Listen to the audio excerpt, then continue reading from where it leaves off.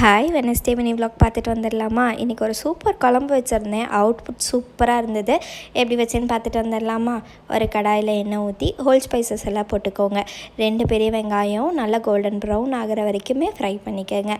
அது ஃப்ரை பண்ண உடனே கொஞ்சமாக இஞ்சி பூண்டு பேஸ்ட்டு போட்டு பச்சை வாசம் போகிற வரைக்கும் தாளித்து விட்டுக்கோங்க.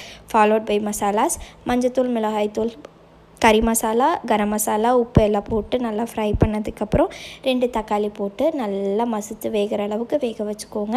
அதுக்கப்புறம் நம்மளோட ஸ்டார் அந்த ப்ரானை தூக்கி உள்ளே போட்டு நல்லா சுருள வேக விட்டுக்கோங்க. நல்லா வெந்ததுக்கப்புறம் தண்ணி ஊற்ற வேணாம், அதுவே தண்ணி விடும்.